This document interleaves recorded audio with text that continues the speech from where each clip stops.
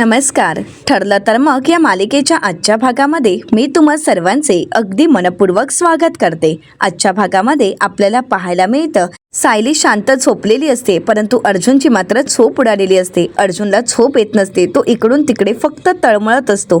तर आता अर्जुन उठून बसतो, तर त्याचवेळी सायलीला जाग येते. सायली विचारते, काय झालं, तुम्ही का उठलाय, तुम्हाला झोप येत नाहीये का? तर अर्जुन म्हणतो, नाही, तहान लागली होती ना म्हणूनच. असं म्हणत आता अर्जुन पाणी पितो. तर त्यावेळी सायली विचारते, झोपा ना आता, तुम्हाला झोप लागलीच नव्हती का?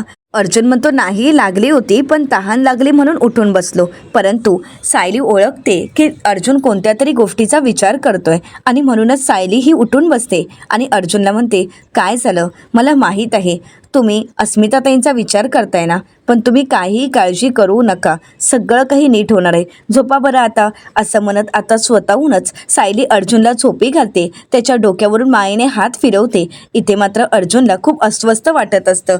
आता सायली ही झोपी जाते, तर अर्जुन तिच्या अंगावर ब्लँकेट वगैरे घालतो आणि सायलीकडे पाहतो.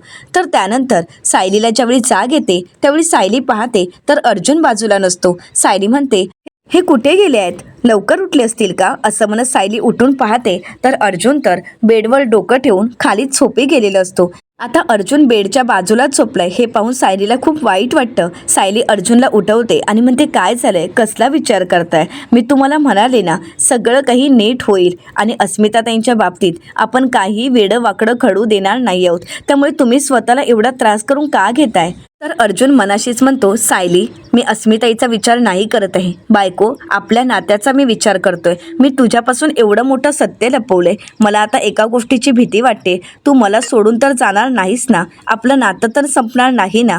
तर आता सायली म्हणते, काय झालंय, एवढा विचार नका करू, मी म्हणाले ना की आपण आहोत अस्मिताताईंसोबत. तर अर्जुन म्हणतो, हो ते तर आहेच, परंतु रात्रभर एवढं विचारांचं चक्र चालू होतं की मला झोपच लागली नाही. तर सायली म्हणते, उठा आणि तुम्ही बेडवर झोपा. तर अर्जुन म्हणतो, नाही नको, आता खूप उशीरही झाला आहे, वंदना जाधवच्या ऑफिसमध्ये जायचं आहे, उगाच उशीर नको व्हायला. तर सायली म्हणते, हो ते तर आहेच, परंतु आज मी तुमच्यासोबत नाही येऊ शकत. तर अर्जुन विचारतो, का, आज कसली पूजा आहे? सायली म्हणते, अहो तुम्ही विसरलात का, सचिन भाऊजी आता घरी राहायला आले आहेत आणि त्यांच्या विश्वासावर मी अस्मिताताईंना एकटं नाही सोडू शकत. तो किती भयंकर माणूस आहे हे आपल्याला चांगलंच माहीत आहे, आणि त्यात ती प्रिया. तर अर्जुन विचारतो, काय झालं, प्रियाने काय केलं आता? सायली म्हणते, काही नाही, काल तुम्ही घराबाहेर पडलात आणि ती मला फक्त खोदून खोदून विचारत होती. तिला बघायचं होतं की तुम्ही नक्की कुठे आहात, तिचा शोध तर घेत नाही आहात ना, तिच्याबद्दल काही गोष्टी शोधत तर नाही आहेत ना, आणि म्हणूनच ती आपल्या मागावर असते. तर आता सायली अर्जुनला म्हणते, मला सांगा, घरात अशी 2-2 माणसं असताना मी कशी घराबाहेर येणार आहे? अर्जुन म्हणतो, ते तर आहेच, म्हणजे प्रॉब्लेम आलेत ना की सगळे एकदमच येतात. सायली म्हणते, पण कितीही प्रॉब्लेम आले तरी आपल्याला कोणीही थांबवू शकत नाही, आपला शोधा चालूच राहणार. तर त्याचवेळी अर्जुनला फोन आलेला असतो. आता अर्जुनला चैतन्याने फोन केलेला असतो. चैतन्य अर्जुनला म्हणतो, तू ऑफिसला येणार आहेस की डायरेक्ट तू मला वंदना जाधवच्या ऑफिसमध्येच भेटणार आहेस? तर अर्जुन म्हणतो, काय प्रश्न आहे हा, तू मला वंदना जाधवच्या ऑफिसचा ॲड्रेस पाठवलायस ना, मग मी का ऑफिसमध्ये येईन, तिथेच येणार आहे ना मी, काही का विचारतोयस मला? तर चैतन्य म्हणतो, अरे हो, चिडतोयस कशाला, मी फक्त कन्फर्म केलंय, नाहीतर मी मग वंदना जाधवच्या ऑफिसमध्ये गेलो असतो आणि तू आपल्या ऑफिसमध्ये गेला असतास आणि उलट माझ्यावर चिडचिड केली असतीस. अर्जुन म्हणतो, बरं ठीक आहे, आपण भेटूच थोड्या वेळात. आता अर्जुन फोन ठेवतो, विचार करू लागतो. तर दुसरीकडे कल्पनाताई रूममध्ये आवरावर करत असतात आणि त्यावेळी त्यांना फोन आलेला असतो. तर कल्पनाताईंना प्रतिमा आत्यांचा फोन आलेला असतो. प्रतिमा आत्या म्हणतात, कल्पना, अगं अस्मिता कशी आहे? तर कल्पनाताई म्हणतात, ती ठीक आहे ग, परंतु तो सचिन इथे राहायला आलाय ना, त्यामुळे आम्ही सर्वजण खूप अपसेट आहोत. हा पण प्रतिमा, अस्मितासाठी आम्ही घरचं वातावरण चांगलं ठेवण्याचा प्रयत्न करतोय. तर प्रतिमा आत्या म्हणतात, हो ते तर करावंच लागेल, जोपर्यंत अस्मिता सचिनचं सत्य मान्य करत नाही तोपर्यंत आपण त्रागा करण्यात काहीच अर्थ नाहीये. तर कल्पनाताई म्हणतात, ते तर आहेच ग, पण प्रतिमा, तू का इतका सकाळीच फोन केलायस, काय झालंय? तर प्रतिमा आत्या म्हणतात, अगं हो, मी तुला हे सांगायला फोन केला होता की आमच्या घरात शेजारी परांजपे राहतात आणि त्यांच्या घरी एक मुलगी कामाला येते.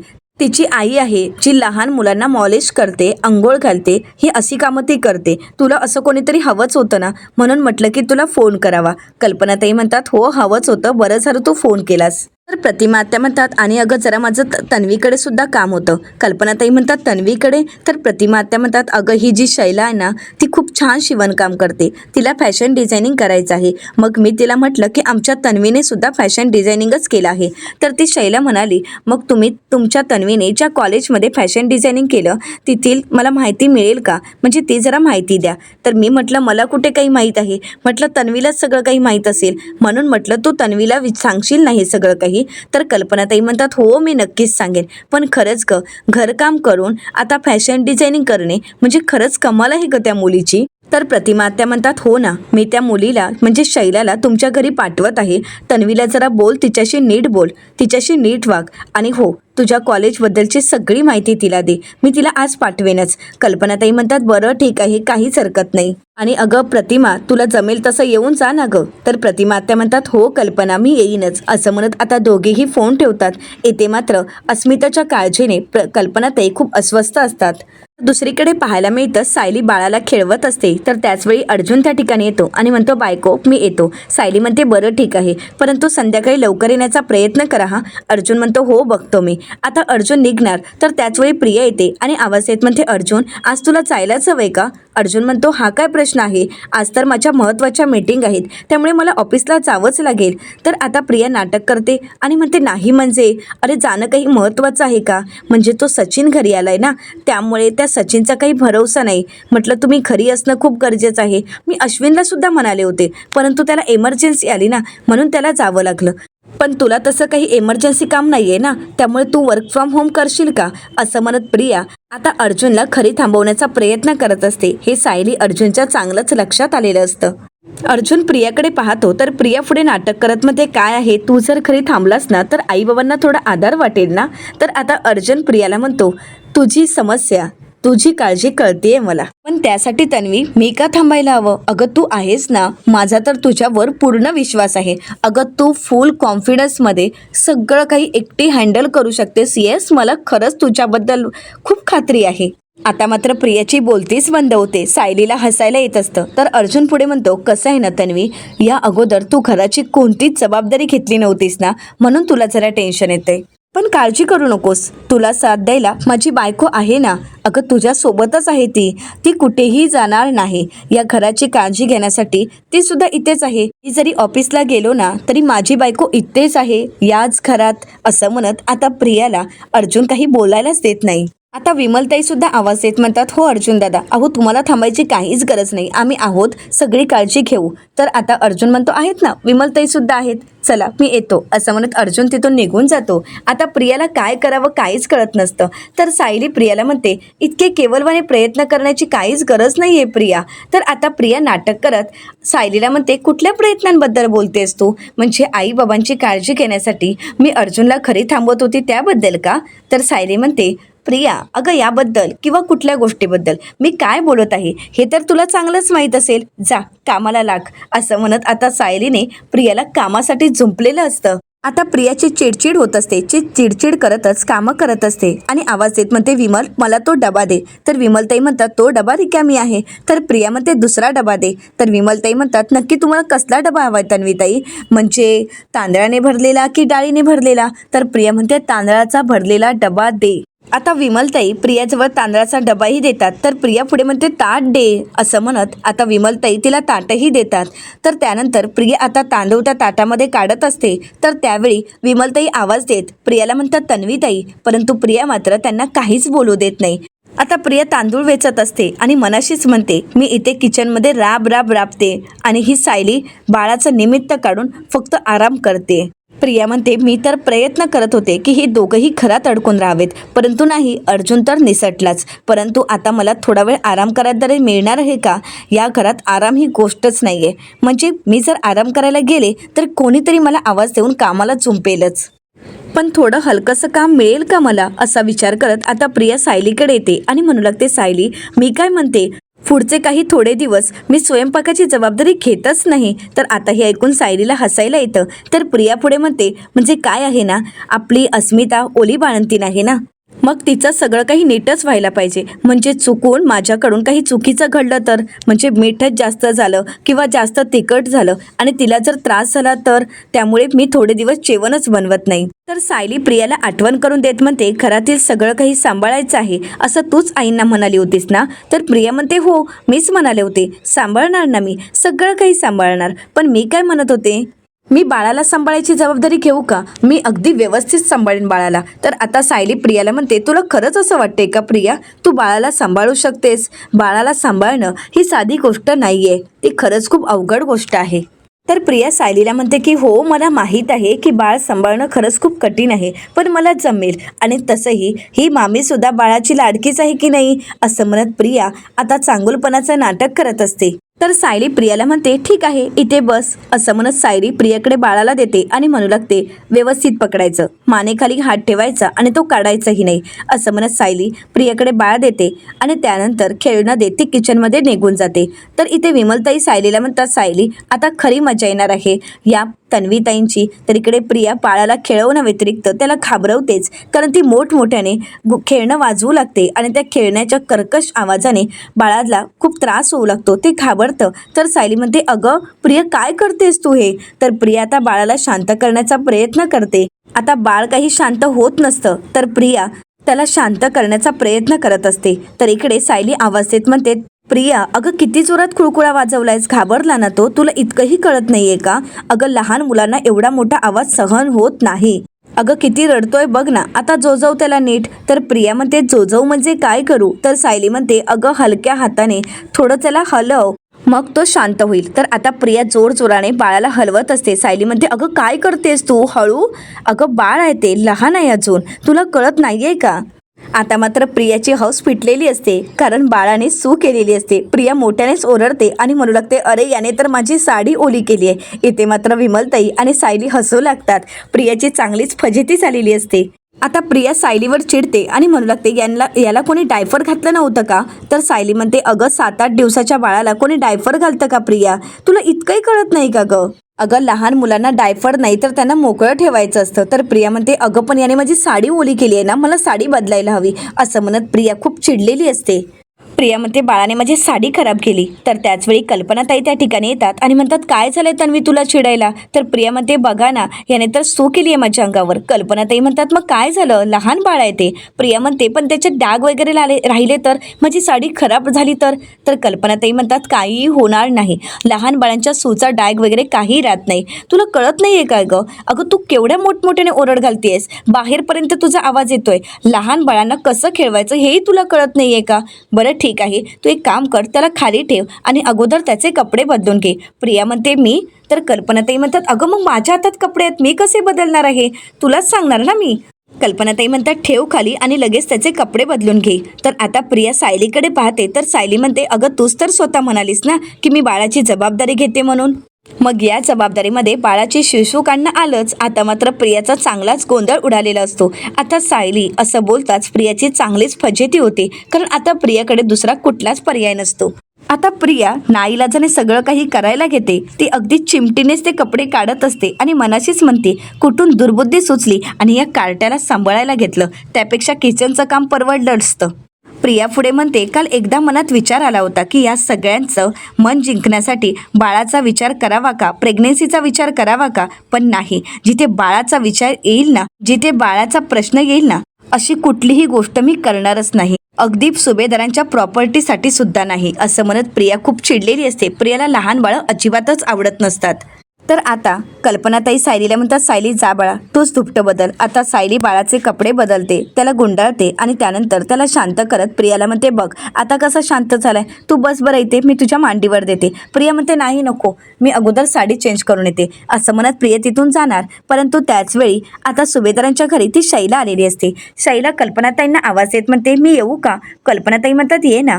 आणि असं म्हणत शैला घरात येताच आपली ओळख करून देत म्हणते, माझं नाव शैला साखरे, मला कल्पना सुभेदार सर यांना भेटायचं आहे. तर कल्पनाताई म्हणतात तुला प्रतिमाने पाठवलंय ना?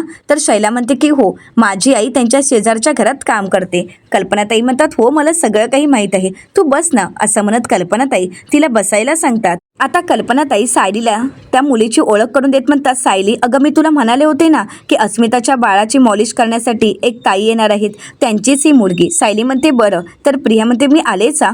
तर कल्पनाताई म्हणतात ए थांब थांब, काम तर तुझ्याचकडे आहे. अगं ही तर तुलाच भेटायला आली आहे. प्रिया म्हणते मला, मी नाही ओळखत हिला. तर आता शैला म्हणू लागते तुम्ही तन्वीताई आहात ना? प्रिया म्हणते हो, मीच तन्वी आहे. तर शैला प्रियाला म्हणते मला फॅशन डिझायनिंग करायचं आहे, मला फॅशन डिझायनिंग भरपूर आवडतं. मला प्रतिमाताईंनी सांगितलं की तुम्ही सुद्धा फॅशन डिझायनिंग केलं आहे. मला तुम्ही सांगाल का की तुम्ही कुठल्या कॉलेजमधून फॅशन डिझायनिंग केलं आहे? आता मात्र प्रियाला काय बोलावं काहीच कळत नाही. प्रियाची बोलतीच बंद झालेली असते. प्रिया पूर्णपणे घाबरून गेलेली असते. सायली प्रियाकडे पाहते तर प्रियाची ती घाबरलेली अवस्था पाहून सायलीच्या सगळं काही लक्षात येतं. प्रिया मनाशीच म्हणते अरे बाप रे, मला तर फॅशन डिझायनिंगमधला अवकडं सुद्धा येत नाही आहे. मी ज्या कोर्सला कधी गेलेच नाही तिची माहिती हिला कुठून देऊ मी? प्रियाला काय करावं काहीच कळत नसतं. सायली प्रियाकडे पाहते. प्रियाचा तो घाबरलेला चेहरा पाहून सायली मनाशीच म्हणते प्रियाला फक्त तिच्या कॉलेजबद्दल विचारलं तर ती इतकी घाबरलेली का दिसतीये? काय झालं असेल नक्की? कॉलेजचा विषय काढल्यावर ही एवढी का घाबरली आहे? तर दुसरीकडे पाहायला मिळतं अर्जुन आणि चैतन्य पनवेल महानगरपालिकेच्या ऑफिसमध्ये पोहोचलेले असतात. आता वंदना जाधव यांच्याबद्दल माहिती जाणून घ्यायची असते आणि म्हणूनच तिथे असणाऱ्या एका सरांना अर्जुन विचारतो तुम्हाला वंदना जाधव यांच्याबद्दल काही माहीत आहे का? म्हणजे त्या यापूर्वी इथेच काम करत होत्या ना? तर आता ते म्हणतात की हो, या अगोदर वंदना जाधव नावाच्या कर्मचारी इथे होत्या. तर अर्जुन म्हणतो पण ते आता कुठे आहेत?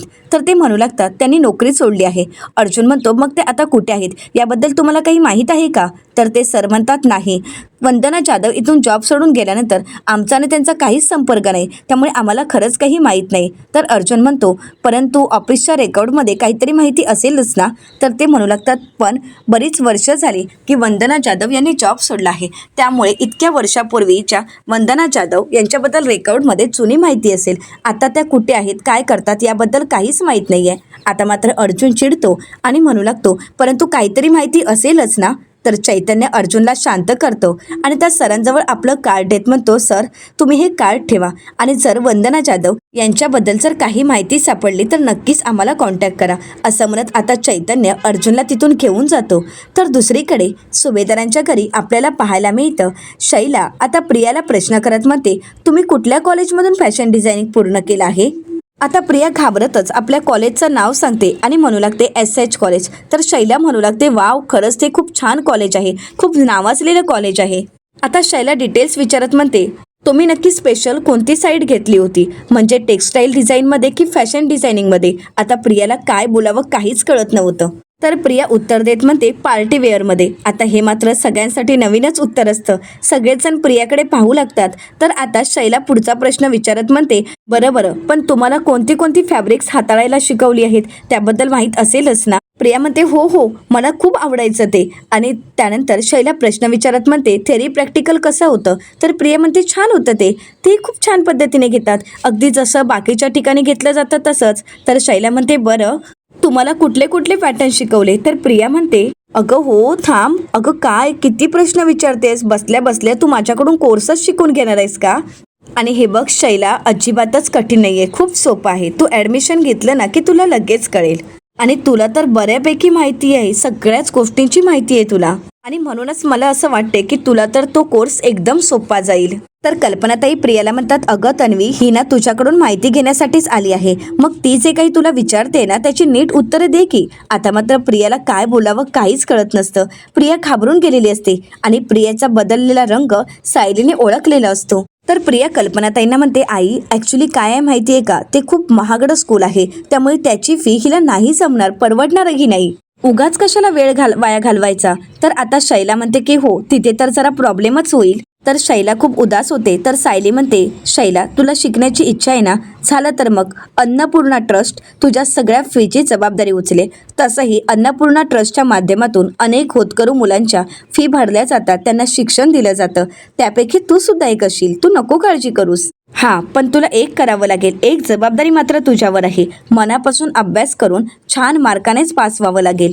तर शैला म्हणते हो नक्कीच, माझं तर स्वप्नच आहे फॅशन डिझायनर व्हायचं, ते सुद्धा अगदी तन्वीताईंसारखं. आता शैला पुढचा प्रश्न करत प्रियाला म्हणते आणि हो तन्वीताई, तुम्ही तुमच्या फॅशन डिझायनिंगसाठी कोणता सॉफ्टवेअर वापरायचा? तर प्रियाचं आता अबक होतं. तर प्रिया आता तिथून पळ काढण्याचा प्रयत्न करते आणि शैलाला म्हणते शैला, मी काय म्हणते, मी तुला कॉल करून ना सगळी इन्फॉर्मेशन देते, सगळं एक्सप्लेन करते, पण त्या अगोदर मला साडी चेंज करायची, मी आलेचा. असं म्हणत प्रिया तिथून निघून जाणार, पण शैला म्हणते नाही ठीक आहे, परंतु मला फक्त शेवटचं इतकंच विचारायचं होतं, तुम्हाला तिथे कुठल्या कुठल्या ॲक्सेसरीज मधलं डिझायनिंग शिकवलं होतं? तर प्रिया घाबरतच म्हणते ॲक्सेसरीज म्हणजे ते, असं म्हणत प्रिया डोक्याला हात लावते. तर सायली प्रियाला म्हणते काय ग प्रिया, तू तर अशी घाबरलीस आणि अशी उत्तरं देतेस की जसं काही तुझं आणि फॅशन डिझायनिंगचा काही संबंधच नाहीये. तर प्रिया सायलीला म्हणते काहीतरीच काय ग सायली, अगं त्यावेळी त्या कोर्सची मी टॉपवर होती, आता जरा लिंक तुटली आहे म्हणून. तर असं म्हणत प्रिया काहीतरी थातूरमातूर उत्तरं देऊन हे सगळं काही बाजूला सारण्याचा आणि तिथून पळ काढण्याचा प्रयत्न करत असते. तर कल्पनाताई प्रियाला म्हणतात अगं तन्वी, पण तुझी ही शिवणकला आम्हाला कधी दिसलीच नाही, नाही म्हणजे तू घरच्यांकरता कधी काही शिवलंच नाहीस ना. तर प्रिया नाटक करत म्हणते आई, अगं लग्न करून आल्यानंतर मला वेळच कुठे मिळालाय तसा. तर आता शैला म्हणू लागते ताई तुम्ही असं नका करू, एवढा कोर्स तुम्ही छान केलाय, एवढा टॉपर होता, मग तुम्ही इतका कोर्स कंप्लीट केल्यानंतर ते ज्ञान वाया नका घालवू. असं म्हणत आता शैला प्रियाला प्रॅक्टिस चालू ठेवायला सांगते. तर प्रिया म्हणते हो नक्कीच बरं. तर आता सायली म्हणू लागते अगदी खरं आहे शैला, अगदी बरोबर बोलतेय प्रिया, तू तुझी प्रॅक्टिस चालूच ठेव. मी काय म्हणते, तू बाळासाठी छान झबली शिव ना, म्हणजे आम्ही सुद्धा बघू तू काय काय फॅशन करतेस ते. तर प्रिया नाटक करत म्हणते हो बघते, बरं मी जरा येऊ का साडी चेंज करून? तर कल्पनाताई म्हणतात तन्वी, अगं तुझी साडी वाळली सुद्धा आणि बघ तिला डाग सुद्धा नाहीये, त्यामुळे तुला साडी चेंज करायची काहीच गरज नाही. आणि अगं काय हे, घरामध्ये बाळ आहे म्हटलं, अशा गोष्टी होतच राहणार, किती वेळा कपडे बदलणार आहे, सोड ना आता. असं म्हणत कल्पनाताई प्रियाला काही साडी चेंज करायला जाऊ देत नाहीत. कल्पनाताई प्रियाला म्हणतात बरं तू एक काम करशील का, अस्मिता करता दूध आणि तिच्या नवऱ्याकरता कॉफी घेऊन जा. आता पुन्हा एकदा प्रिया खरकमात अडकलेली असते. कल्पनाताई शैलाला विचारतात शैला तू काय घेशील? शैला म्हणते नाही नाही मला काही नको आहे. तर विमलताई आता प्रियाला म्हणतात तन्वीताई मी सगळं तयार करून ठेवलं आहे, तुम्ही ओतून घ्याल ना? तर प्रिया म्हणते हो हो करते ना. तर आता विमलताई म्हणतात बरं मी यांच्यासाठी चहा बनवते. असं म्हणत विमलताई चहा बनवण्यासाठी निघून जातात. तर कल्पनाताई शैलाला म्हणतात बरं शैला, अगं तुझ्या आईला विचार ना बाळाच्या आंघोळीसाठी आणि मॉलिशसाठी कधीपासून येणार आहे ती? तर शैला म्हणते हो हो आज तुम्हाला ती कॉलच करणार आहे आणि बाळासाठी ती अगदी आनंदाने येणार आहे.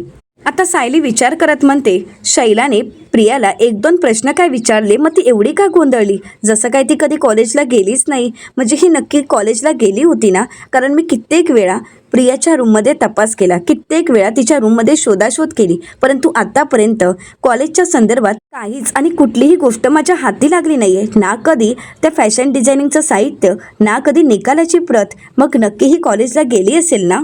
की प्रिया या बाबतीत पण खोटंच बोलत असेल का? आता सायलीच्या मनात मात्र शंका निर्माण होते आणि सायलीच्या लक्षात येतं की कदाचित नक्कीच काहीतरी वेगळं घडलं असावं. तर दुसरीकडे पाहायला मिळतं प्रिया आता सचिनसाठी कॉफी घेऊन येते. सचिन बाहेर पडत असतो. प्रिया म्हणते सचिन तू कुठे निघालायस का? नाही म्हणजे मी तुझ्यासाठी कॉफी घेऊन आले होते. अरे कॉफी घे ना. सचिन म्हणतो सिरियसली माझ्यासमोर हे नाटक? तुला काय वाटतंय तुझ्याबद्दल मला काहीच माहीत नाही का? अगं या घरच्यांना तुझ्याबद्दल जे माहीत नसेल ते मला माहीत आहे, आणि हो माझ्याबद्दल सुद्धा तुला चांगलंच माहीत असेल. आता मात्र प्रिया घाबरते. तर सचिन म्हणू लागतो तुला जर माझ्यासोबत कोणतं डील करायचं असेल तर तू नक्कीच करू शकतेस. प्रिया मनाशीच म्हणते साक्षीने याला माझ्याबद्दल काही सांगितलंय का? नाही नाही तसं होऊन चालणार नाही. तसं जर साक्षीने केलं तर माझं आणि माझ्यासोबत महिपत शिकरेंचं किती नुकसान होईल हे तर साक्षीला चांगलंच माहीत आहे. आता प्रिया त्या सगळ्या गोष्टीचा विचार करत असते. सचिन म्हणतो हॅलो काय झालंय, कसला विचार करतेस? काही सांगणार आहेस, काही बोलणार आहेस का मी निघू? तर प्रिया म्हणते नाही नाही थांब ना. असं म्हणत प्रिया आजूबाजूला बघते आणि त्यानंतर सचिनला म्हणते सचिन साक्षीचा मला कॉल आला होता, तर ती म्हणाली आहे की तिला तुझ्याशी बोलायचं आहे. ती मला म्हणाली की तुझं आणि तिचं बोलणं करून दे. तर सचिन म्हणतो बरं ठीक आहे, पण तू तुझा जरा मोबाईल देतेस का? कारण मला माझ्या फोनवरून फोन करता येत नाही. आता प्रिया आपला मोबाईल सचिनकडे देते. सचिन साक्षीला फोन करायला घेतो. सचिन साक्षीला म्हणतो, हाय ब्युटिफुल. हो हो, नको काळजी करू, सगळं काही ठीक आहे. आपण ठरवलंय तसंच सगळं काही होतंय. Miss you baby, love you असं म्हणत आता सचिन साक्षीसोबत बोलतो आणि त्यानंतर प्रियाचा मोबाईल परत देतो. तर आता प्रिया म्हणते, चाल मी तुझी मदत केली आहे. सचिन म्हणतो, मग आता मी तुझी काही मदत करणे अपेक्षित आहे का? तर प्रिया म्हणते, हो मला थोडी कॅश. तर सचिन हसतच म्हणतो, सॉरी मी कुठलेही पैशाचे व्यवहार करत नाही. आणि हो त्यामुळे तू एक गोष्ट लक्षात ठेव, तू मला मदत नाही केलीस ना तरी काहीच हरकत नाही. तर प्रिया म्हणते, पण मी आत्ता मदत केली त्याचे पैसे. तर सचिन म्हणतो, मी मदत मागितली होती का? असं म्हणत सचिन तिथून निघून जातो. तर प्रिया म्हणू लागते, काय माणूस आहे हा, कशाला मी माझा मोबाईल दिला याला. आता मात्र प्रियाला मोबाईल दिल्याचा पश्चाताप होत असतो. प्रिया खूप चिडते आणि म्हणू लागते, माझा मोबाईल म्हणजे पब्लिक टेलिफोन आहे का? अरे त्याच्यात सुद्धा 1 रुपया टाकावा लागतो, पण याने तर 1 रुपया सुद्धा दिला नाही मला. कुठून हे फुकटे सापडतात ना काय माहीत. असं म्हणत प्रिया खूप चिडलेली असते. तर दुसरीकडे पाहायला मिळतं, प्रतिमा आत्या सायलीला फोन करतात आणि विचारतात, सायली मी पाठवलेले फोटो तुला व्यवस्थित मिळाले आहेत ना? तर सायली ते फोटो पाहते आणि म्हणू लागते, हो प्रतिमा आत्या, थँक्यू सो मच प्रतिमा आत्या. तर प्रतिमा आत्या सायलीला म्हणतात, अगं त्या थँक्स कशासाठी? अगं तू प्रयत्न करतेस म्हणून आपल्यासमोर सत्य तरी येईल की त्या तन्वीने खरंच फॅशन डिझायनिंग केलं आहे की नाही. नाहीतर आमची मुलगी खोटं बोलण्याच्या बाबतीत कुठल्या टोकाला जाऊ शकते हे तर आम्हाला चांगलंच माहीत आहे. तर सायली प्रतिमा आत्यांना म्हणते, बरं प्रतिमा आत्या, पण तुम्ही रविराज काकांना याबद्दल काहीच सांगू नका, कारण जोपर्यंत शहानिशा होत नाही तोपर्यंत तुम्ही काहीच बोलू नका. प्रतिमा आत्या म्हणतात, हो बरं मी नाही सांगणार. असं म्हणत सायली फोन ठेवते. आता सायली सगळे डिटेल्स चेक करते आणि त्यावेळी सायलीच्या लक्षात येतं की मुलांच्या यादीमध्ये प्रियाचं नावच नाहीये. सायली म्हणू लागते, नाव का दिसत नाहीये? यावर्षीच्या मुलांच्या यादीमध्ये प्रियाचं नावच दिसत नाहीये. म्हणजे प्रिया कधी कॉलेजला गेलीच नसावी का? म्हणजे या बाबतीत सुद्धा तिने थापाच मारले आहेत का? फॅशन डिझायनिंगचा कोर्स या नावाखाली तिने खूप मोठी थापा मारली आहे. म्हणजे त्यासाठी तिने रविराज काकांकडून खूप पैसे उकळले असणार. आता सायलीला सगळ्या गोष्टी हळूहळू लक्षात येतात. आता सायली त्या सगळ्या गोष्टींची शहानिशा करायची ठरवते. तर कल्पनाताई सायलीला आवाज देतात. सायली म्हणते, हो आले आई. असं म्हणत आता सायली सगळे डिटेल्स शोधत असते. तर दुसरीकडे पाहायला मिळतं, अर्जुन आणि चैतन्य महानगरपालिकेच्या बाहेर पडतात. तिथे एक व्यक्ती फोनवर बोलत असते. अर्जुन आता गाडीत येऊन बसतो. तर चैतन्य अर्जुनला म्हणतो, अर्जुन अरे काय झालंय, तू काय एवढी चिडचिड करतोयस? त्या माणसावर पण तू चिडचिड करत होतास. अर्जुन का, कशासाठी, काय झालंय नक्की? अर्जुन अरे अस्मिताईचा राग तू सगळ्यांवर काढणार आहेस का? अर्जुन मात्र चैतन्यासोबत काहीच बोलत नाही. आता अर्जुनने गाडी स्टार्ट केलेली असते, परंतु गाडीसमोर एका व्यक्तीने बाईक लावलेली असते आणि तो अगदी फोनवर बोलत तिथेच बसलेला असतो. आता अर्जुनने एवढे हॉर्न वाजवून सुद्धा ती व्यक्ती काही बाजूला होत नाही. ती फोनवर बोलण्यात बिझी असते आणि म्हणून अर्जुन रागानेच गाडीतून खाली उतरतो. चैतन्य त्याला थांबवण्याचा प्रयत्न करतो, परंतु अर्जुन खूप चिडलेला असतो. अर्जुन रागानेच त्या माणसाकडे जातो, त्याला बाजूला करतो आणि त्याचं हेल्मेट त्याच्याकडे देत त्याची गाडी बाजूला करतो. आता मात्र दोघांचेही वाद चालू होतात. अर्जुनचा पारा खूप चढलेला असतो. तो म्हणत असतो की तुला बाजूला राहता येत नाही का? तर तो माणूस अर्जुनला म्हणतो, मग धक्का द्यायची काय गरज होती? तुम्ही जर मला प्रेमाने समजावून सांगितलं असतं, तुम्ही एक आवाज दिला असता तर मी बाजूला राहिलो असतो. अर्जुन म्हणतो, मग मी हात सोडायला हवा होता का? असं म्हणत दोघांचे वाद अगदी टोकापर्यंत पोहोचलेले असतात. तर चैतन्य मनाशीच म्हणतो, ए देवा, आता हे वाद कसे मिटवू? अर्जुन असा का वागतोय काहीच कळत नाहीये, मी आता काय करू? आता मात्र चैतन्याला काय करावं काहीच कळत नाही. तर दुसरीकडे पाहायला मिळतं, कल्पनाताई सायलीला म्हणतात, सायली अगं सचिन आहे ना, तो वाटतो त्यापेक्षा सुद्धा भयंकर माणूस आहे. म्हणूनच आपल्याला अस्मिताला त्याच्यापासून लवकरात लवकर दूर करायला हवं. सायली म्हणते, मलाही कळतंय आई, पण आई यापेक्षाही तुम्हाला काही कळालं आहे का? तर कल्पनाताई म्हणतात की हो अगं, मला राहावलं नाही म्हणून मी सचिनच्या आईबाबांना फोन केला होता. जे जे काही घडलं ते सगळं मी त्यांना सांगितलं. त्यांना मी म्हटलं आहे की सचिनच्या अशा वागण्यामुळे आम्हाला खरंच खूप त्रास होतोय. सायली अगं, पण मला खरंच खूप वाईट वाटतंय ग, सचिनच्या अशा वागण्याला आपण त्याच्या आई वडिलांना जबाबदार धरत होतो. तर सायली कल्पनाताईंना म्हणते, आई जी व्यक्ती आपल्या आई वडिलांशी अशी वागते ना ती कधीच कोणाची होऊ शकत नाही. आपण हे प्रकरण जितकं नाजूकतेने हाताळण्याचा प्रयत्न करतोय ना तितकंच गुंतागुंतीचं होत चाललं आहे. तर कल्पनाताई सायलीला म्हणतात, सायली याविषयी तू अर्जुनशी बोलशील का? कल्पनाताई म्हणतात, मला खात्री आहे की तुम्ही दोघंही मिळून यावर नक्कीच काहीतरी मार्ग शोधून काढाल. आता कल्पनाताईंना प्रतापरावांचा फोन आलेला असतो आणि म्हणूनच त्या तिथून निघून जातात. तर सायली बाहेरच उभी असते आणि त्याच वेळी त्या ठिकाणी सचिन येतो. सायली म्हणते, 1 मिनिट सचिन भाऊजी. तर सचिन म्हणतो, सायली वहिनी काही प्रॉब्लेम आहे का? तर सायली म्हणते, एक प्रॉब्लेम असेल तर बोलेन ना, तुम्ही तर प्रॉब्लेमची रास वाढून ठेवली आहे समोर. तर सचिन म्हणतो, पण ते सगळं काही संपलंय ना? सायली म्हणते, पण त्या सगळ्या गोष्टी मला जाणून घ्यायच्या आहेत. सायली सचिनला प्रश्न विचारत म्हणते, साक्षीची आणि तुमची भेट नक्की कुठे झाली आणि कशी झाली? आता मात्र सचिनला काय बोलावं काहीच कळत नाही. तर येणाऱ्या पुढील भागामध्ये आपल्याला पाहायला मिळतं.